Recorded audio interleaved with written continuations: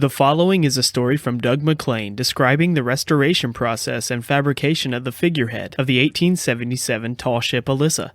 Doug McLean was part of the original crew that began restoring the Elissa when it arrived in Galveston from Greece in 1979. Doug is a fantastic storyteller with a passion for Galveston history. Enjoy this quick story on the figurehead of the 1877 Tall Ship Elissa.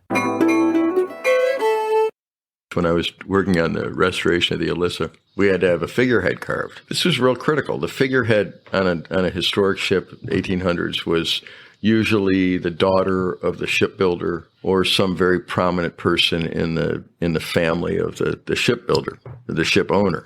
We don't have any images of the original ship. We do have some originals, but they don't show the figurehead.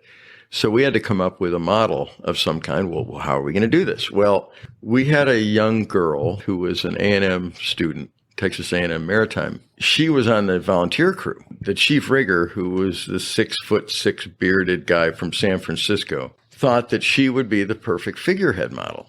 So they hired this sculptor named Eli Kozlinski from New York. And Eli had been a part of South Street Seaport in New York and was a sculptor and carved in wood and everything. And he was the perfect guy to do it.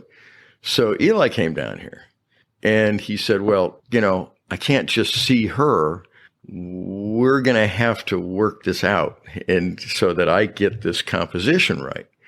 So what they did is, of course, Steve, who's the chief rigger, said, okay, let me handle this.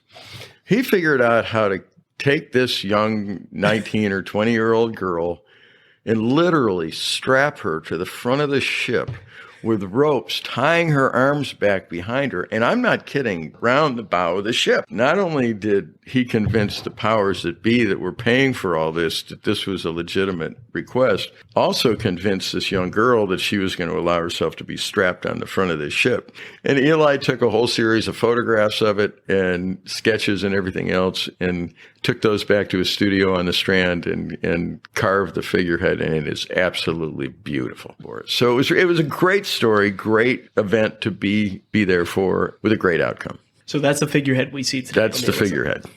I love it. Be sure to check out the full interview with Doug McLean on his new statue, Hope. We cover Galveston history, Pompeo Capini and his lost sculpture, life on the island, and much, much more. A link to the full interview will be in the description below.